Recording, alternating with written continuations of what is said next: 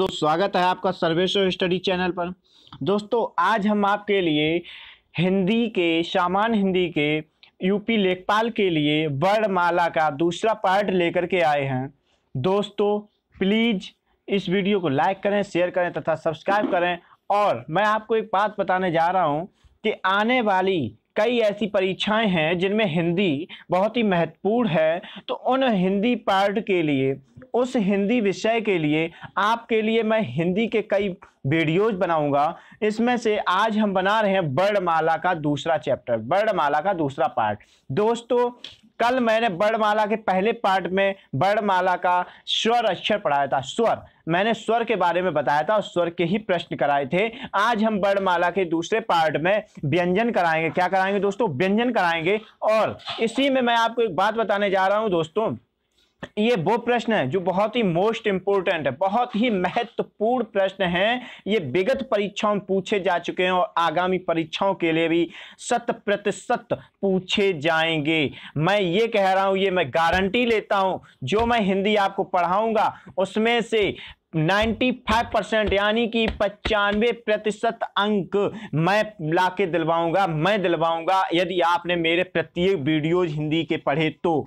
मैं आपसे ये निवेदन करता हूं, प्लीज वीडियो को लाइक भी करें, शेयर करें अपने दोस्तों को ज़्यादा से ज़्यादा तथा सब्सक्राइब करें और बेल आइकन को प्रेस करें जिससे कि हमारी वीडियो आपको निरंतर मिलती रहे। दोस्तों कुछ ही समय बाद लेखपाल की वैकेंसी आने वाली हैं, एसआई की वैकेंसी आने वाली हैं। इसमें आपके लिए क्या करना है कि इसमें जब आप फॉर्म डालेंगे तो हिंदी के लिए प्रिपेयर होना आवश्यक है। तो हिंदी के लिए प्रिपेयर जब आप होंगे तो प्लीज़ दोस्तों इस वीडियो को ज़रूर देखें, पढ़ें, ज़्यादा से ज़्यादा लोगों को शेयर करें तथा सब्सक्राइब करें और बेल आइकन को प्रेस करें। देखते हैं वो प्रश्न क्या हैं। इससे पहले कि मैं आपको एक बात कहूं, देखिएगा दोस्तों, कल मैंने कराए थे स्वर, कल मैंने कराए थे आपको स्वर, और आज मैं जो कराऊंगा वो मैं कराऊंगा आपको व्यंजन। क्या कराऊंगा दोस्तों? व्यंजन। क्या कराऊंगा दोस्तों? व्यंजन। अब देखिए दोस्तों प्रश्न नंबर 1 क्या कहते हैं। यहाँ पे 1 मिनट, क्वेश्चन में थोड़ा डिफिकल्ट हो गया था, 1 मिनट लगेगा यहाँ पे। हाँ देखिए दोस्तों, आज मैं आपको कराने जा रहा था क्या? व्यंजन। अब व्यंजन में क्या, पहला प्रश्न मैंने कहा था, पहला प्रश्न देखिए क्या है। पहला प्रश्न पूछा गया है, कोई भी पूछता है व्यंजन, व्यंजन होता क्या है, व्यंजन की परिभाषा क्या है। तो दोस्तों व्यंजन किसे कहते हैं इसे देखिए। तो व्यंजन क्या चीज है, व्यंजन की परिभाषा क्या है, क्यों कहते हैं व्यंजन, तो व्यंजन के बारे में जानिए। व्यंजन वो वर्ड होते हैं, व्यंजन वो वर्ड होते हैं जो स्वर की सहायता से बोले जाते हैं, जो स्वर की सहायता से बोले जाते हैं, जो स्वर की सहायता से बोले जाते हैं वो हमारे क्या होते हैं दोस्तों? व्यंजन होते हैं। जो हमारे स्वर की सहायता से बोले जाते हैं वो दोस्तों हमारे क्या होते हैं? व्यंजन कहलाते हैं। अब देखिए इसी में एक बात पॉइंट की बता रहा हूं, बहुत ही महत्वपूर्ण बात बता रहा हूं। व्यंजन, व्यंजन क्या है, यानी कि स्वर की सहायता से बोले जाने वाले तो वर्ड हो जाते हैं व्यंजन, लेकिन व्यंजनों में स्वर छिपा कौन सा होता है। यदि कोई पूछता है कि व्यंजनों में कौन सा स्वर वर्ड छिपा होता है, तो केवल और केवल छोटा आ वर्ड एक ऐसा वर्ड है जो व्यंजनों में छिपा होता है। छोटा आ एक ऐसा वर्ड है जो व्यंजनों में छिपा होता है। अब देखिएगा इस पूर्ण व्यंजन क्या होता है। पूर्ण व्यंजन हमारे क से लेकर के ज्ञा तक होते हैं, क से लेकर के ज्ञा तक होते हैं दोस्तों। पूर्ण व्यंजन हमारे क से लेकर के ज्ञा तक होते हैं। परंतु यदि कोई कहे कि व्यंजन कौन से होते हैं, सॉरी पूर्ण व्यंजन क से लेकर के ज्ञा तक नहीं होते, ये व्यंजन होते हैं जो क से लेकर के ज्ञा तक होते हैं। व्यंजन जो होते हैं वो क से लेकर के ज्ञा तक होते हैं, लेकिन पूर्ण व्यंजन जो होते हैं, पूर्ण व्यंजन जो होते हैं वो हमारे कौन से होते हैं? पूर्ण व्यंजन हलंत वाले वर्ड होते हैं। पूर्ण व्यंजन वो व्यंजन होते हैं जिनमें हलंत लगा होता है। जैसे मैंने बताया आपको लद्दाख लिखते हैं, क्या लिखते हैं दोस्तों? लद्दाख लिखते हैं। इसमें अगर पूछा जाए कि पूर्ण व्यंजन कौन सा है, देखिएगा सभी वर्ड हमारे व्यंजन तो हैं, सभी वर्ड हमारे व्यंजन तो हैं, परंतु पूर्ण व्यंजन कौन सा है? तो दोस्तों केवल जिसके नीचे हलंत लगा होता है, जो वर्ड आधा लिखा होता है वो हमारे क्या होते हैं दोस्तों? पूर्ण व्यंजन होते हैं। वो हमारे क्या होते हैं दोस्तों? पूर्ण व्यंजन होते हैं। अब इसी में देखिएगा, इसमें मैं तो ये तो बता दिया कि व्यंजन की परिभाषा क्या होती है, व्यंजन पूर्ण व्यंजन भी बता दिया और व्यंजन भी बता दिया। अब इसमें देखते हैं व्यंजन कितने प्रकार के होते हैं। दोस्तों अगला प्रश्न है, प्रश्न नंबर 2 कि व्यंजन कितने प्रकार के होते हैं। अब देखिएगा दोस्तों, व्यंजन 3 प्रकार के होते हैं। व्यंजन दोस्तों 3 प्रकार के होते हैं। कितने प्रकार के होते हैं दोस्तों? 3 प्रकार के होते हैं। अब इसमें देखिएगा पहला प्रकार कौन सा है, क्या होता है? पहला प्रकार कौन सा होता है? पहला प्रकार होता है स्पर्शी व्यंजन या वर्गीय व्यंजन। दोस्तों स्पर्शी व्यंजन या वर्गीय व्यंजन, अब इसमें पूछा गया है स्पर्शी व्यंजन और वर्गीय व्यंजन में कौन से वर्ण आते हैं। स्पर्शी व्यंजन और वर्गीय व्यंजन में कौन से वर्ण आते हैं? तो इससे पहले कि इसे तो पता कर लो स्पर्शी व्यंजन होते कौन से हैं, यानी वर्गीय व्यंजन होते कौन से हैं। तो इसकी परिभाषा क्या है? तो स्पर्शी व्यंजन वो व्यंजन होते हैं, स्पर्शी व्यंजन वो व्यंजन होते हैं जिन व्यंजनों का उच्चारण करते समय हवा, वायु फेफड़ों से निकलते हुए मुंह के किसी विशेष स्थान को स्पर्श करती हो। किसी विशेष स्थान को मतलब जैसे कंठ, तालु, मूर्धा, दंत, ओष्ठ, ये 5 स्थान होते हैं। कौन कौन से दोस्तों? कंठ, तालु, मूर्धा, दंत और ओष्ठ, ये 5 स्थान होते हैं जहां से स्पर्श करें तो ये हमारे स्पर्शी व्यंजन कहलाते हैं, वर्गीय व्यंजन कहलाते हैं। और पूछे जाए कौन से वर्ण होते हैं, तो क से लेकर के मां, क से लेकर के मां तक के वर्ण जो होते हैं वो हमारे स्पर्शी व्यंजन या वर्गीय व्यंजन कहलाते हैं। स्पर्शी व्यंजन या वर्गीय व्यंजन कहलाते हैं। अब इसी में देखिएगा कंठ, कंठ वर्ग, कंठ कौन से होते हैं? क वर्ग के, क, ख, ग, घ और ङ, क वर्ग के 5 अक्षर, क वर्ग के 5 अक्षर कंठ वर्ग में आते हैं। और तालु वर्ग में, तालव्य वर्ग में च वर्ग के 5 अक्षर, कौन कौन से? च, छ, ज, झ और व, 5 वर्ण तालव्य व्यंजन में आते हैं, तालव्य वर्ग में आते हैं। अब देखिएगा मूर्धा, मूर्धा जो है वो ट वर्ग का है। मूर्धा जो है वो ट वर्ग में आता है। मूर्धा जो है वो ट वर्ग में आता है और ट वर्ग जो है वो ट, ठ, ड, ढ और अण 5 वर्गों से मिलकर बना होता है। इसी तरह दंत और ओष्ठ, दंत क्या है? दंत त वर्ग का होता है जिसमें 5 वर्ण होते हैं। ओष्ठ भी 5 वर्ण मतलब प वर्ग का होता है जिसमें 5 वर्ण होते हैं। दोस्तों यदि पूछे कि स्पर्शी व्यंजन कितने होते हैं, यदि अगला कोई प्रश्न करता है कि स्पर्शी व्यंजन कितने होते हैं, तो दोस्तों स्पर्शी व्यंजन 25 होते हैं। स्पर्शी व्यंजन 25 होते हैं क्योंकि स्पर्शी व्यंजनों में 5 वर्ग होते हैं, प्रत्येक वर्ग में 5 वर्ण होते हैं। तो इस तरह से कितने हो जाते हैं दोस्तों? 25 हो जाते हैं। कितने हो जाते हैं दोस्तों? 25 हो जाते हैं। अब देखिएगा अगला नंबर, इसी में दूसरा नंबर होता है, दूसरा प्रकार है अंतस्थ व्यंजन। दूसरा प्रकार है दोस्तों अंतस्थ व्यंजन। अब कोई पूछता है कि अंतस्थ व्यंजन होते कौन से हैं, तो अंतस्थ व्यंजन वो व्यंजन होते हैं जिनके उच्चारण करते समय ये तो पता नहीं चलता कि स्वर है या व्यंजन, ये दोनों के बीच में होते हैं, दोनों के बीच स्थित होते हैं, स्वर और व्यंजन के बीच स्थित होते हैं। उन्हें हम क्या कहते हैं दोस्तों? अंतस्थ व्यंजन कहते हैं। अंतस्थ व्यंजन कौन कौन से होते हैं? तो ये 4 वर्ण य, र, ल और व, ये 4 वर्ण हमारे अंतस्थ व्यंजन होते हैं। ये 4 वर्ण हमारे दोस्तों अंतस्थ व्यंजन होते हैं। अब देखिएगा तीसरा नंबर क्या कहता है, तो तीसरा नंबर कहता है, जो तीसरा नंबर है देखिए यहां से, एक मिनट, हाँ तीसरा नंबर क्या कहता है यहां से देखिएगा, तीसरा नंबर होता है ऊष्म तथा संघर्षी व्यंजन। मैं आपको बता रहा हूं ऊष्म, ऊष्म का मतलब क्या होता है? ऊष्म का मतलब होता है ऊष्मा यानी कि ऊर्जा, ऊर्जा यानी गर्मी। संघर्षी, संघर्ष करना, संघर्ष जब करते हैं तो क्या पैदा होती है? गर्मी पैदा होती है, ऊर्जा पैदा होती है, ऊष्मा पैदा होती है। तो इसकी यदि कोई परिभाषा पूछे तो तुरंत ही बता सकते हैं, जिस वर्ण को बोलने के लिए, जिस वर्ण को बोलने के लिए जब हम किसी वर्ण का उच्चारण करते हैं तो वायुमुख में किसी स्थान विशेष पर, किसी स्थान विशेष पर घर्षण करे या रगड़ खा करने के लिए और वहां पर ऊष्मा पैदा करे। क्या करे दोस्तों? ऊष्मा पैदा करे। तो हमारा क्या कहलाता है? ऊष्म तथा संघर्षी व्यंजन कहलाते, ऊष्म तथा संघर्षी व्यंजन कहलाते हैं। अब इसी में देखिएगा यदि कोई पूछता है एग्जाम्पल रूप में, यदि कोई पूछता है उदाहरण रूप में कि कौन से 4 वर्ण ऐसे हैं, कौन से वर्ण हैं जो इस ऊष्म हैं, संघर्षी हैं, तो दोस्तों स, स, स और ह, ये 4 वर्ण जो है वो हमारे क्या है? ऊष्म व्यंजन है, संघर्षी व्यंजन है। ऊष्म व्यंजन है, संघर्षी व्यंजन। आप देखिएगा प्रश्न नंबर तीसरा क्या कहता है। प्रश्न नंबर तीसरा कह रहा है स्पर्श संघर्षी व्यंजन कौन से कहलाते हैं। अब यहाँ पे एक बात समझने की है, यदि बात करता है कि स्पर्श व्यंजन कौन से होते हैं, तो स्पर्शी व्यंजन तो 5 प्रकार के होते हैं, 5 वर्ग होते हैं उसमें, कंठ, तालव्य, मूर्धा, दंत और ओष्ठ, उसमें 25 हो जाते हैं मिला के प्रत्येक वर्ड में 5-5 वर्ड के साथ। और यदि कोई पूछे संघर्षी व्यंजन तो स और ह ये होते हैं संघर्षी व्यंजन, ये 4 वर्ड होते हैं। यदि पूछे कि स्पर्श संघर्षी व्यंजन कौन से कहलाते हैं तो दोस्तों स्पर्श संघर्षी व्यंजन तालव्य वर्ग के च वर्ग के व्यंजन कहलाते हैं। अब देखिए प्रश्न नंबर 4 क्या है।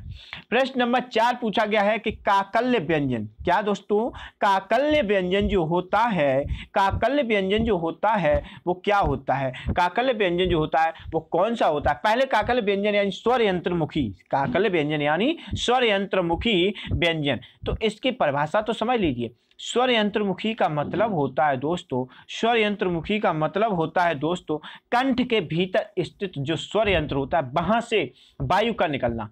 जो कंठ के भीतरी हिस्से में, कंठ के भीतरी हिस्से में जो स्वर यंत्र स्थापित होता है, स्थित होता है, उसके यहाँ से, उस स्थिति से वायु का निकलना ही स्वर यंत्रमुखी या काकल्य के रूप में वर्ण जाना जाता है। जो वर्ण जिसका उत्तर होता है ह एक ऐसा वर्ड है, कभी भी बोलना मुख से ह बोलने के लिए ना तो जीभ उठाई जाती है, ना जीभ का प्रयोग होता है, ना मुंह का प्रयोग होता है, ना ओष्ठ का प्रयोग होता है, ना दंत का प्रयोग होता है। केवल और केवल कंठ के भीतरी स्थित भाग स्वर यंत्र जिसे कहते हैं तो उसी का मान लिया जाता है, उसी को लिया जाता है, वहीं से आवाज उठती है, उस वहीं से वायु निकलती है, वहीं से वायु निकलती है और इसी के लिए कहा जाता है स्वर यंत्रमुखी या काकल्य व्यंजन। तो केवल एक ही वर्ड है काकल्य व्यंजन जिसे ह कहते हैं, देखिए दोस्तों अगला प्रश्न नंबर 5 क्या है।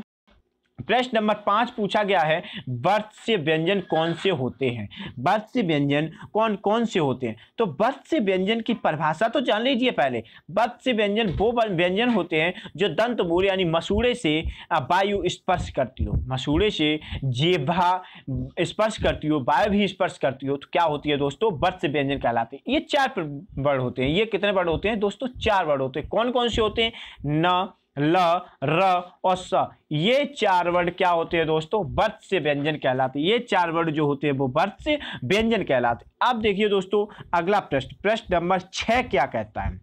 यहाँ पर आया है प्रश्न नंबर 6, पार्श्विक व्यंजन कौन सा है, पार्श्विक व्यंजन कौन सा है। तो पार्श्विक व्यंजन जानिए कौन सा है। ल वर्ड जो है वो एक पार्श्विक व्यंजन है। ल वर्ड जो है वो हमारा पार्श्विक व्यंजन है। और पार्श्विक व्यंजन होता क्या है, पार्श्विक व्यंजन होता क्या है, तो पार्श्विक व्यंजन जो होता है वो जिसके उच्चारण में पार्श्विक व्यंजन वो होता है जिसके उच्चारण में हवा जीभ के पार्श्व यानी कि बगल हिस्से से निकल जाए, पार्श्व बनाकर बगल के हिस्से से दाएं या बाएं से ऊपर या नीचे से निकल जाए, उसको कहते हैं पार्श्व, उसी को कहते हैं पार्श्व। तो पार्श्विक रूप में निकल जाए यानी दाएं या बगल से निकल जाए, दाएं बाएं बगल से निकल जाए तो दोस्तों क्या होता है पार्श्विक व्यंजन कहलाता है। जैसे कि ला, जिसका उत्तर होगा ल। कभी भी बोलना ल बोलते समय जीभ तालु में या दंत मूल में रुक जाती है, तालु या दंत मूल में रुक जाती है, परंतु वायु जीभ के दाएं या बाएं या ऊपर या निचले हिस्से से बाहर निकल जाती है, इसी के लिए पार्श्विक व्यंजन कौन सा होता है, ल वर्ड पार्श्विक व्यंजन है। अगला प्रश्न देखिए, प्रश्न नंबर 7 क्या कहता है। प्रश्न नंबर 7, लुंठित व्यंजन कौन सा है, लुंठित व्यंजन कौन सा। तो देखिए दोस्तों प्रश्न नंबर 7 पूछा गया लुंठित व्यंजन कौन सा है। तो लुंठित व्यंजन वो व्यंजन जिसके उच्चारण में जीभ तो तालु में जाती है परंतु लुढ़क जाती है, लुढ़क कर स्पर्श करे, जीभ तालु से लुढ़क कर स्पर्श करे। कभी भी बोलना र शब्द बोलते हो तो जीभ तालु में से लुढ़क जाती है, जीभ तालु में लगती नहीं है परंतु छूकर स्पर्श कर लुढ़क जाती है, इसीलिए उसे कहते हैं लुंठित। लुंठित माने लुढ़कना, यानी कि र वर्ड जो है वो हमारा क्या है दोस्तों लुंठित व्यंजन है, लुंठित वर्ड है। अगला प्रश्न देखिए, अगला प्रश्न 8वां प्रश्न क्या है, उच्चिप्त व्यंजन द्विगुण व्यंजन कौन से होते हैं। उच्चिप्त व्यंजन द्विगुण व्यंजन कौन से होते हैं, इन्हें देखिए कौन से होते हैं। 2 वर्ड ऐसे वर्ड हैं जो उच्चिप्त होते हैं, द्विगुण व्यंजन होते हैं। ये 2 गुण यानी कि 2 गुण रखने वाले द्विगुण व्यंजन, तो ये कौन कौन से, ड और ढ। अब देखिएगा इन्हें उच्चिप्त व्यंजन या द्विगुण व्यंजन क्यों कहा गया है। उत्क्षिप्त व्यंजन या दो गुण व्यंजन क्यों कहा गया है? इन्हें देखिए, ड और ढ हिंदी के विकसित व्यंजन है। ड और ढ ये हिंदी के विकसित व्यंजन है, ये संस्कृत में नहीं पाए जाते। ये किसमें नहीं पाए जाते हैं दोस्तों? संस्कृत में नहीं पाए जाते, ये हिंदी से ही विकसित हुए हैं, ये हिंदी से ही विकसित हुए हैं, ये हिंदी से ही विकसित हुए हैं। अब देखिए इसमें उत्क्षिप्त व्यंजन कहते किसे हैं? जिस व्यंजन को, जिस वर्ण के उच्चारण में जीभ पहले ऊपर उठकर मूर्धा का स्पर्श करे। किसे दोस्तों? मूर्धा को स्पर्श करे। मूर्धा मुंह के भीतरी स्थित ऊपरी भाग को, ऊपरी भाग के अगले हिस्सों को स्पर्श करे, मूर्धा को स्पर्श करे और फिर झटके के साथ नीचे आ जाए, झटके के साथ नीचे आ जाए, उसे क्या कहते हैं दोस्तों? उत्क्षिप्त व्यंजन या द्विगुण व्यंजन कहते हैं। उत्क्षिप्त व्यंजन या द्विगुण व्यंजन कहते हैं। अब इसी के साथ ही साथ दोस्तों एक बात और मैं आपको बता दूं, ये तो बात आपको पता होगी कि उत्क्षिप्त व्यंजन क्या होते हैं, परंतु इन दोनों का प्रयोग, कौन दोनों का? ड और ढ वर्णों का प्रयोग कभी भी किसी भी शब्द के आरंभ में नहीं आता है, कभी भी किसी भी वर्ण के आरंभ में नहीं आता है। इन दोनों की पहचान क्या होती है? दोनों वर्णों के नीचे बिंदु लगा होता है। क्या लगा होता है दोस्तों? बिंदु लगाता है। परंतु जब आप ढक्कन लिखते हो, ढक्कन, जब आप ढक्कन लिखते हो तो ढ के नीचे आपको बिंदु लगाना पड़ता, क्योंकि ये आगे, वो बिंदु नहीं लगाना पड़ता क्योंकि ये आगे आता है। परंतु यहीं पर यदि आपको कोई ऐसा वर्ण मिल जाए, जब आपको कोई ऐसा वर्ण मिल जाए जिसमें ड या ढ बीच में आए, जैसे पढ़ाई, जैसे पढ़ाई, जैसे पढ़ाई, तो पढ़ाई जब करते हो तो उसमें जब लिखोगे पढ़ाई तो ढा, जो ढा ढक्कन है वो तुम्हारा कहाँ आ जाता है? जो ढा है वो तुम्हारे बीच में आता है और बीच में उसके नीचे क्या लगता है दोस्तों? बिंदु लगता है। क्या लगता है दोस्तों? बिंदु लगता है। तो कहने का ये वर्ण कभी भी आरंभ में नहीं आती। यदि ये वर्ण आरंभ में आएंगे तो इनकी बिंदु नहीं लगा होगा, तो इनमें क्या नहीं लगा होता? बिंदु नहीं लगा होता। जब बिंदु नहीं लगा होगा तो हम इन्हें उत्क्षिप्त या द्विगुण व्यंजन नहीं कहेंगे, तो हम इन्हें क्या कहेंगे दोस्तों? मूर्धाव यानी टा वर्ग के व्यंजन कहेंगे। क्या कहेंगे दोस्तों? टा वर्ग के व्यंजन कहेंगे। अब देखिए प्रश्न नंबर 9 क्या है? प्रश्न नंबर 9 पूछा गया है, अनुनासिक वर्ण कौन से होते हैं? अब देखिएगा, अनुनासिक वर्ण का मतलब क्या है? अनुनासिक वर्ण का मतलब क्या है वो भी देख लीजिए। अनुनासिक वर्ण का मतलब क्या होता है? वो वर्ण जो प्रत्येक वर्ग के पंचमें अक्षर है, वो वर्ण जो प्रत्येक वर्ग के पंचमें अक्षर हैं वो हमारे क्या कहलाते हैं दोस्तों? वो हमारे अनुनासिक वर्ण कहलाते हैं। क्या कहलाते हैं दोस्तों? अनुनासिक वर्ण कहलाते हैं। जैसे इंग या, जैसे यहाँ को वहाँ बोलते हैं, हड़ा, ना और माँ, ये सभी नाक के स्वर से भी बोले जाते हैं, ये सभी नाक के स्वर से भी बोले जाते हैं। इसलिए क्या होते हैं? इन 5 अक्षरों को, इन 5 वर्णों को बोलने के लिए नाक से वायु भी निकलती है, नाक से भी वायु निकलती है, इसलिए इन्हें अनुनासिक कहते हैं। क्या कहते हैं? अनु माने होता है गामी और नासिक माने होता है नाक। नाक के माध्यम से गमन करने वाली वायु अनुनासिक कहलाती है। नाक के माध्यम से गमन करने वाली वायु अनुनासिक कहलाती है। इसीलिए नाक के माध्यम से जो वायु निकलती है जिस अक्षर के लिए, वो हमारे क्या होते हैं दोस्तों? अनुनासिक होते हैं। क्या होते हैं दोस्तों? अनुनासिक। अनु माने, अनु हमारा एक उपसर्ग है। अनु हमारा एक क्या है दोस्तों? उपसर्ग है। और ये उपसर्ग, मैं आपको उपसर्ग प्रत्यय एक अलग वीडियो में पढ़ाएंगे। आप देखिए दोस्तों, 5वां अक्षर प्रत्येक वर्ग का क्या कहलाता है? अनुनासिक वर्ण कहलाता है। ये इंग, या, वा, ना, मा, ये 5 वर्ण हैं। अगला प्रश्न देखिए दोस्तों, प्रश्न नंबर 10 क्या है? प्रश्न नंबर 10 क्या है? बाह्य प्रयत्न के आधार पर व्यंजन कितने प्रकार के होते हैं? क्वेश्चन पूछा गया है, बाह्य प्रयत्न के आधार पर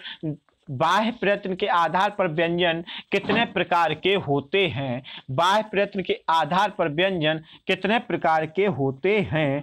बाह्य प्रयत्न के आधार पर व्यंजन कितने प्रकार के होते हैं? दोस्तों ये 2 प्रकार के होते हैं। दोस्तों ये 2 प्रकार के होते हैं। कितने प्रकार के होते हैं? 2 प्रकार के होते हैं। 2 प्रकार के होते हैं। अब इसमें यदि कोई प्रश्न करता है कि बाह्य प्रयत्न का मतलब क्या होता है?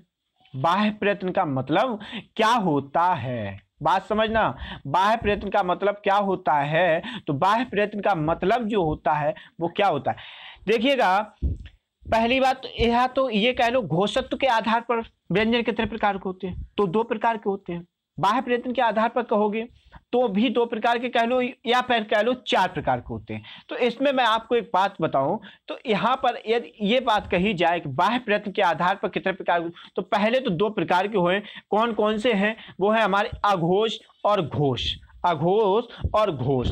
अघोष वर्ण की बात की जाए, अघोष वर्ण की बात की जाए तो अघोष शब्द क्या है, अघोष शब्द क्या है, अघोष क्या होता है, अघोष की परिभाषा क्या है, जिन ध्वनियों के उच्चारण में, जिन ध्वनियों के उच्चारण में स्वर तंत्रियों में कंपन ना हो, जिन ध्वनियों के उच्चारण में स्वर तंत्रियों का कंपन ना हो, स्वर तंत्रियों में कंपन ना हो, तो क्या कहलाते हैं दोस्तों, अघोष। और घोष वो वर्ण होते हैं जिनमें स्वर यंत्रियों में कंपन होता है, जिनके उच्चारण में स्वर यंत्रियों में कंपन होता है। अब देखिए अघोष, अघोष कौन से वर्ण होते हैं, प्रत्येक वर्ग का प्रथम और द्वितीय अक्षर, प्रत्येक वर्ग का प्रथम और द्वितीय व्यंजन।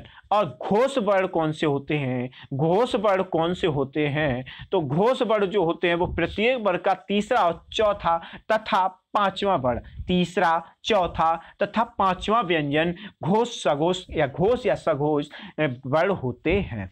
अब देखिए दोस्तों, इसी से एक बात मैंने कही थी ना, बाह्य प्रयत्न के आधार पर व्यंजन कितने प्रकार, यहाँ 2 प्रकार के, यानी कि इसे आप कह सकते हैं कि घोषत्व के आधार पर, किसके दोस्तों, घोषत्व के आधार पर, किसके दोस्तों, घोषत्व के आधार पर वर्ण कितने प्रकार के होते हैं, घोषत्व के आधार पर वर्ण कितने प्रकार के होते हैं, घोषत्व के आधार पर वर्ण कितने प्रकार के होते हैं। तो यहाँ पर मैंने आपको बता दिया था, अब इसी में प्रश्न अगला देखिए 11वां क्या कहता है, प्राणत्व के आधार पर, यहाँ घोषत्व के आधार पर बात हो गई, तो प्राणत्व के आधार पर व्यंजन कितने प्रकार के होते हैं दोस्तों, तो प्राणत्व के आधार पर व्यंजन, प्राणत्व के आधार पर व्यंजन 2 प्रकार के होते हैं। कितने प्रकार के होते हैं, 2 प्रकार के। यहाँ पर मेरा एक मिसप्रिंट हो गया था कि बाह्य प्रयत्न के आधार पर जो 2 प्रकार के वर्ण होते हैं ना, तो वो पहला होता है घोषत्व के आधार पर, दूसरा होता है प्राणत्व के आधार पर। तो जो पहला घोषत्व के आधार पर होता है उसमें 2 प्रकार के होते हैं, एक घोष होता है, एक अघोष होता है, एक अघोष होता है, एक घोष होता है। इसी तरह जो दूसरा होता है वो होता है प्राणत्व के आधार पर। तो प्राणत्व के आधार पर जो व्यंजन पूछे जाते हैं वो भी 2 प्रकार के होते हैं, वो भी 2 प्रकार के होते हैं। वो कौन कौन से होते हैं वो देखिएगा दोस्तों, वो कौन कौन से होते हैं उन्हें देखिए। एक होता है अल्प प्राण, दूसरा होता है महाप्राण। तो अल्प प्राण, अल्प प्राण यानी कि छोटा प्राण, महाप्राण यानी कि बड़ा प्राण। अल्प छोटा, महा बड़ा, कहते हैं ना महासागर, तो महासागर का मतलब महा, महान यानी बहुत बड़ा। अल्प, अल्प का मतलब छोटा, वो तो अल्पज्ञ है, तुच्छ ज्ञानी है, अल्पज्ञ है, कम जानने वाला है। ये सभी मैं आपको आगे पढ़ाएंगे। देखिएगा अल्प प्राण का मतलब क्या है। अल्प प्राण, अल्प प्राण वो प्राण जिन व्यंजनों के उच्चारण में, अल्प प्राण वो प्राण जिन व्यंजनों के उच्चारण में मुख से वायु कम निकलती है। यानी कि अल्प का मतलब मैंने पहले ही बताया था, कम होता है। और जिन वर्णों के उच्चारण में वायु कम निकले मुख से, जिन वर्णों के उच्चारण में मुख से वायु कम निकले, वो हमारे होते हैं अल्प प्राण, वो हमारे होते हैं अल्प प्राण। अब देखिए दोस्तों, अल्प प्राण कौन कौन से होते हैं, तो हमेशा याद रखना अल्टरनेट, अल्टरनेट का मतलब ऑड नंबर्स, प्रत्येक वर्ग का ऑड नंबर, यानी पहला, तीसरा, पांचवा व्यंजन, प्रत्येक वर्ण का ऑड नंबर याद रखो। प्रत्येक वर्ण का ऑड नंबर क्या होता है, अल्प प्राण होता है। प्रत्येक वर्ग का पहला, तीसरा, पांचवा व्यंजन जो होता है वो हमारा अल्प प्राण कहलाता है। इसी में देखिए महाप्राण की बात की जाए, महाप्राण की बात की जाए तो इसके लिए क्या है, महाप्राण जो होता है वो प्रत्येक वर्ग का दूसरा, यानी इवन नंबर जिसे कहते हैं, सम नंबर जिसे कहते हैं, सम, प्रत्येक वर्ग का दूसरा और चौथा व्यंजन महाप्राण कहलाता है दोस्तों, महाप्राण कहलाता है। अब यहीं पर यदि बात की जाए, ये बात मैं आपको अगले प्रश्न के बाद कराएंगे। ये वीडियो एंड के बाद समय बताएंगे। अल्प प्राण और महाप्राण में कुछ वर्ड और ऐसे हैं जो बोले जाते हैं। अल्प प्राण और महाप्राण में कुछ वर्ड और हैं जो साथ में बोले जाते हैं। ये तो मैंने वर्ग के आधार पर बता दिए। कंठ वर्ग, तालव्य वर्ग और मूर्धा वर्ग, दंत वर्ग, ओष्ठ वर्ग, यानी कि क वर्ग, च वर्ग, ट वर्ग, त वर्ग और प वर्ग। ये 5 वर्ग ऐसे हैं, इनके माध्यम से अल्पप्राण और महाप्राण का मैंने विस्तृत ज्ञान दिया। परंतु अभी मुझे अंतस्थ व्यंजन और संघर्षी यानी ऊष्म व्यंजन के बारे में भी तो बताना है, अल्पप्राण महाप्राण, तो उन्हें भी समझ लो। अभी बताएंगे इस वीडियो के अंत में। अब देखिएगा अगला प्रश्न क्या कहता है। अगला प्रश्न 12वां है, संयुक्त व्यंजन कौन कौन से होते हैं। संयुक्त व्यंजन, संयुक्त का मतलब क्या होता है? लोग कहते हैं इकट्ठे रहो, इकट्ठे रहो, इकट्ठे रहो, इकट्ठे रहो। ये क्या होता है? इकट्ठे होना यानी एकत्र होना, इकट्ठे होना यानी एकत्र होना, संयुक्त होना, मिश्रित हो जाना। कहते हैं ना ग्रुप बना लो, इंग्लिश शब्द है ग्रुप। ग्रुप का मतलब क्या होता है? भीड़, भीड़ कर लो इकट्ठी। तो भीड़ क्या मतलब होता है? भीड़ एक देशज शब्द भी है और भीड़ हमारा हिंदी शब्द भी है। भीड़ हमारा देशज शब्द भी है और हिंदी शब्द भी है।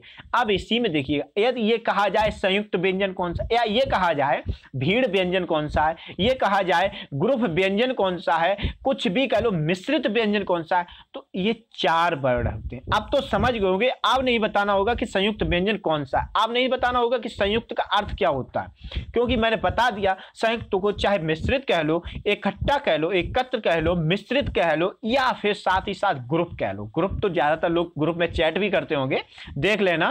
संयुक्त का मतलब होता है जो वर्ड, संयुक्त व्यंजन का या संयुक्त वर्ड का मतलब होता है जो वर्ड क्या होते हैं, वन के साथ दूसरा भी जोड़ दिया जाए, तीसरा भी जोड़ दिया जाए, चौथा, कोई भी वर्ड जोड़ दिया जाए, एक के साथ एक वर्ड जोड़ दिया जाए, तब जो नया वर्ड होता है, जो इस नए वर्ड की आवृत्ति होती है, वो हमारा क्या होता है? वो हमारा संयुक्त व्यंजन होता है। वो हमारा क्या होता है दोस्तों? संयुक्त व्यंजन होता है।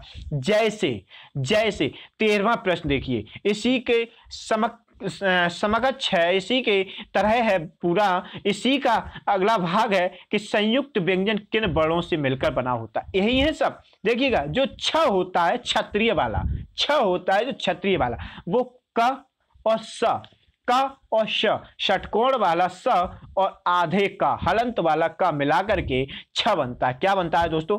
क के साथ जब हम स जोड़ देते हैं तो हमारा क्षत्रिय वाला छ बन जाता है। इसी में यदि कोई पूछता है त्र क्या है? जिसमें आधे ता को लेकर के, हलंत वाले ता को लेकर के पूर्ण रूपेण र को जोड़ देते हैं, पूर्ण रूपेण र को जोड़ देते हैं तो हमारा त्रिशूल वाला, भगवान शिव के त्रिशूल वाला त्र बन जाता है। भगवान शिव के त्रिशूल वाला त्र बन जाता है। यहीं पे देखिए ज्या जिसे बोलते हैं, इसका सही शब्द होता है ज्या। क्या होता है दोस्तों? ज्या जिसे बोलते हैं उसका सही शब्द होता है ज्या। तो इसमें आधा जा, हलंत वाले ज को लेकर के वहां का अर्थ होता है या। क्या होता है दोस्तों? या शब्द में नाक के स्वर से वायु निकालना। यह शब्द जब बोलते हैं तो क्या होता है दोस्तों? वहां शब्द बोलते हैं, तो हम उसे देशज भाषा में वहां शब्द दे देते हैं। जब ज और वहां को मिलाते हैं तो ज्ञा की आवृत्ति होती है, तो नए वर्ड ज्ञा की आवृत्ति होती है। और ज्ञानी जिसे कहते हैं, क्या कहते हैं दोस्तों? ज्ञानी क्या होता है? ज्ञानी का सही शब्द संस्कृत भाषा में ज्ञानी होता है। क्या होता है दोस्तों? ज्ञानी होता है। क्या होता है दोस्तों? ज्ञानी होता है। अब इसी में देखिए श्रवण वाला, श्रवण कुमार की कहानी तो प्रत्येक बच्चों ने पढ़ी है ना। तो जो स्र होता है वो क्या होता है? स्र किस किस से मिलकर बना होता है? श जो होता है वो स और र से मिलकर बनता है, आधे स और र से मिलकर बना होता है। ये होता है श्रवण, ये होता है श्रवण। दोस्तों अब इसी के अकॉर्डिंग अगला प्रश्न देखिए क्या है। मैंने कहा था ना हलंत यानी आधा, हलंत यानी आधा। प्रश्न नंबर 14 देखिए क्या कहता है। प्रश्न नंबर 14 है, हलंत का प्रयोग कब किया जाता है? तो हलंत का प्रयोग तब किया जाता है जहां दो वर्णों को जोड़ने में असुविधा हो, जहां दो वर्णों को जोड़ने में असुविधा हो वहां हलंत यानी का चिन्ह लगा दे। हलंत का चिन्ह क्या होता है? नीचे का तरफ कॉमा, कॉमा एक साइड पे लगाते हो तो वो नहीं, नीचे की तरफ कॉमा लगा दो। ऐसे नीचे की तरफ तुम एक लकीर कर दो, एक छोटा सा बिंदु लगा के थोड़ा सा आगे बढ़ा दो, उसे कहते हैं हलंत। अब इसी में आप एक बात बताओ, हलंत का मतलब क्या होता है? जहां दो वर्णों को जोड़ने में असुविधा होती है। जैसे जब शादियां होती हैं तब की एक बात मैं आपको बताऊं, कभी भी देखना शादियों में पति और पत्नियों के बीच में जब जोड़ा मिलाया जाता है, पति और पत्नियों के बीच में जब जोड़ा बनाया जाता है तो दोनों के बीच में धोती और गमछे को बांधा जाता है ना, तो वो क्या होता है? धोती और गमछे को बांधने का जो तरीका होता है वो हलंत होता है। क्या होता है दोस्तों? हलंत होता है। इसी तरह हलंत का मतलब क्या होगा कि दो वर्णों को जोड़ने में जहां असुविधा हो, दो वर्णों को जोड़ने में जहां असुविधा हो वहां पर हम कौन सा प्रयोग करते हैं, कौन से चिन्ह का प्रयोग करते हैं? वहां हम हलंत का प्रयोग करते हैं दोस्तों, वहां हम हलंत का प्रयोग करते हैं। इसी के सहारे एक 15वां क्वेश्चन भी देख लीजिए, अंतिम प्रश्न है। 15वां प्रश्न क्या है? कौन से व्यंजन अर्धस्वर कहलाते? ये भी बहुत मोस्ट इंपोर्टेंट क्वेश्चंस है। ये इंग्लिश यानी कि अंग्रेजी के अकॉर्डिंग बताया गया है। ये प्रश्न अंग्रेजी के अकॉर्डिंग बताया गया है कौन से व्यंजन अर्धस्वर होते हैं। अब देखिएगा दोस्तों, अर्धस्वर दो वर्ण ऐसे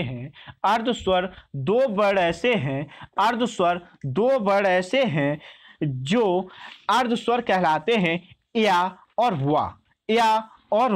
दो वर्ण ऐसे हैं जो अर्धस्वर कहलाते हैं। अब देखिएगा दोस्तों, अर्धस्वर क्यों कहा जाता है इन्हें? ध्वनि जो कभी स्वर हो तो कभी व्यंजन, जो ध्वनि कभी तो स्वर हो कभी व्यंजन। अब यहीं पर देखिएगा कैसे, जब हम इंग्लिश के वर्ड में देखना, इंग्लिश के वर्ड में कह रहा हूं मैं, किसमें दोस्तों? इंग्लिश के वर्ड में। हिंदी के अकॉर्डिंग इसमें नहीं दिया जाता और बल्कि हिंदी में पूछ लिए जाते हैं। एक बार वीडियो का पिछला एग्जाम था, उसमें एक क्वेश्चन आया था हिंदी का प्रश्न, हिंदी में आया था, हिंदी का प्रश्न था, परंतु इंग्लिश का प्रश्न था। हिंदी के सब्जेक्ट में, हिंदी के विषय में इंग्लिश का क्वेश्चन रख दिया था। अब उस पर कहो कि याचिका डालो तो कोर्ट में भर्ती फंस जाए, रह जाओ, और होना कुछ नहीं, क्योंकि वो हिंदी का ही शब्द था, इसलिए इंग्लिश वर्ड भी आते। अब देखिए दोस्तों, इसमें यदि कहा जाए ईयर, YEAR, ईयर का शब्द होता है, इसे कहते हैं ईयर यानी ईयरफोन हर कोई लगाता है, ईयरफोन कान में हर कोई लगाता है, या ईयरफोन न लगाए तो ईयर माने होता है वर्ष तो हर कोई बच्चा जानता है ना कि नई वर्ष आ गई, न्यू ईयर कहते हैं ना। तो जो ईयर होता है, वैसे तो ईयर का शब्द बाई है, बात समझ लेना मैं क्या कह रहा हूं।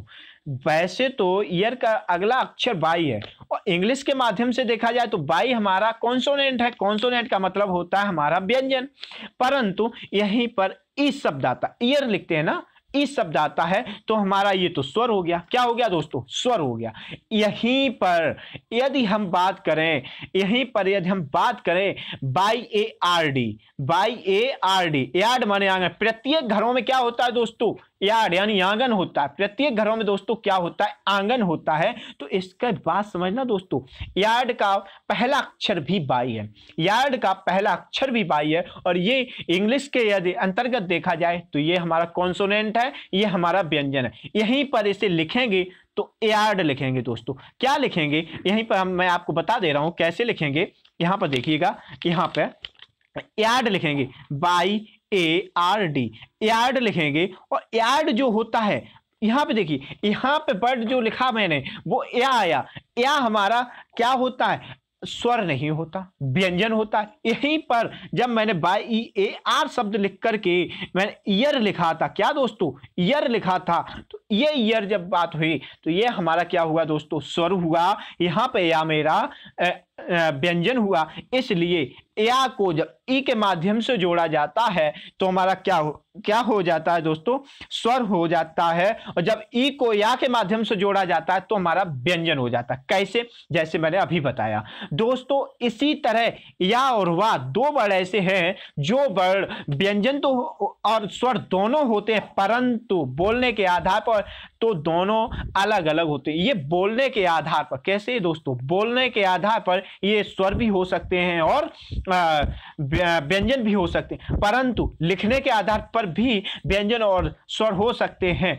लिखने के आधार पर भी व्यंजन और स्वर हो सकते हैं, परंतु ये दोनों वर्ण या और वाह दोनों वर्ण व्यंजन के अंतर्गत आते हैं। दोनों वर्ण व्यंजन के अंतर्गत आते हैं। और दोनों वर्ण यदि पूछे या और वाह कैसे वर्ण हैं, तो या और वाह हमारे अंतस्थ व्यंजन हैं। या और वाह हमारे अंतस्थ व्यंजन हैं।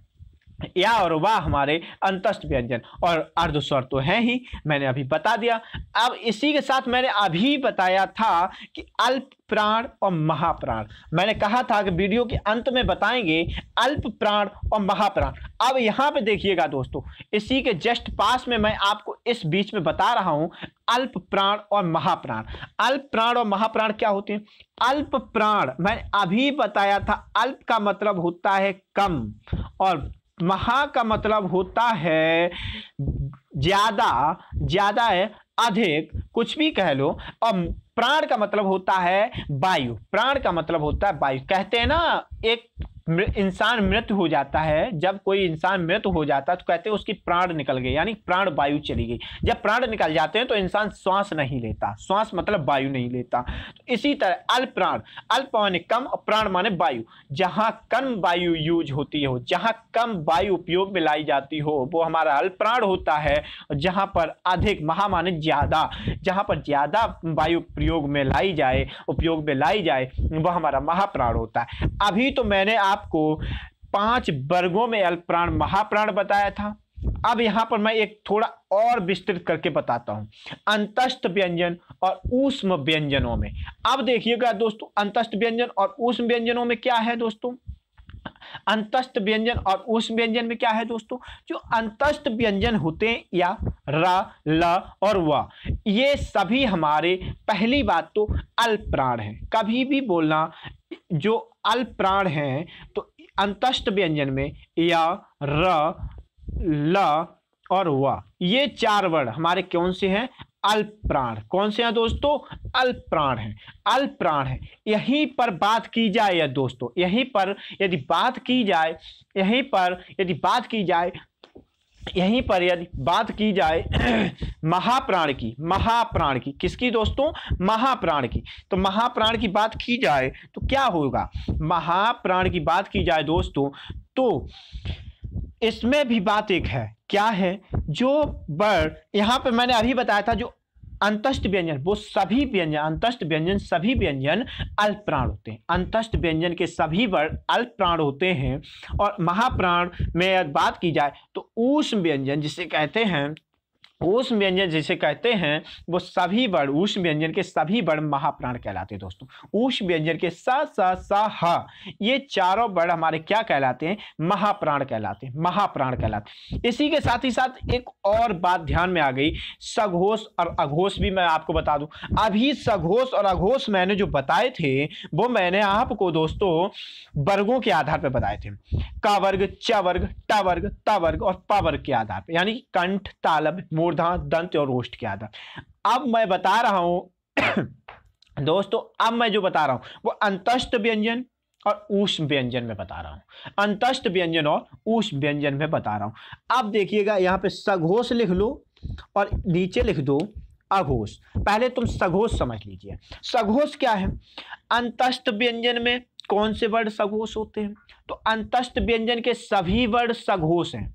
सघोष जो वर्ण हैं वो अंतस्थ व्यंजन के य, र और ल और व। एक तो बात पहले ध्यान से सुन लो, अंतस्थ व्यंजन जो हैं या र, ल और व, वह पूरे के पूरे सघोष भी होते हैं और अल्प प्राण भी होते हैं। सघोष भी होते हैं और अल्प प्राण भी होते हैं, परंतु यहीं पे बात यदि मैं करूं ऊष्म व्यंजन की, किसकी दोस्तों, यहीं पे देखिएगा, मैं एक बात और बता रहा हूं, यहीं पर बात करूं मैं दोस्तों ऊष्म व्यंजन की। तो ऊष्म व्यंजन में यदि बात की जाए तो केवल और केवल तीन वर्ण हैं, केवल और केवल तीन वर्ण हैं, श, स और स। ये तीन वर्ण हैं जो क्या होते हैं दोस्तों, ये तीन वर्ण हैं क्या होते हैं, अघोष होते हैं। ये अघोष वर्ण है। कैसे है दोस्तों, ये तीन वर्ण, तीन सा, श, श, स, ये तीन वर्ण जो हैं उस व्यंजन के, वो हमारे क्या होते हैं, अघोष होते हैं। वो हमारे क्या होते हैं, अघोष होते हैं। परंतु सघोष की बात मैंने अभी बताई थी, या, र, ल, व, और इसी के साथ एक वर्ण ऐसा, अंतस्थ व्यंजन में तो यार अलावा अंतस्थ व्यंजन के चारों वर्ण सघोष हो गए, परंतु इसी के साथ ऊष्म व्यंजन का एक वर्ण ऐसा वर्ण जो सघोष होता है, जो सघोष होता है। ऊष्म व्यंजन का तो होता है परंतु सघोष होता है, वो हमारा होता है ह, वो हमारा होता है ह। ह हमारा महाप्राण है परंतु ह हमारा सघोष है। ह हमारा महाप्राण है परंतु ह हमारा सघोष है। दोस्तों वीडियो आपको अच्छा लगा हो तो प्लीज इस वीडियो को लाइक करें, शेयर करें तथा दोस्तों ज़्यादा से ज़्यादा सब्सक्राइब करें और अपने दोस्तों को ज़्यादा से ज़्यादा शेयर करें, बेल आइकन को प्रेस करें और प्लीज़ दोस्तों इस सर्वेश्वर स्टडी चैनल को ज़्यादा से ज़्यादा लोगों को पहुंचाएं, जिससे कि आने वाली परीक्षाओं में आपके साथ साथ कई दोस्तों का भला हो सके, कई दोस्तों का भला हो सके। दोस्तों थैंक यू, आज के लिए इतना ही। अब कल मिलते हैं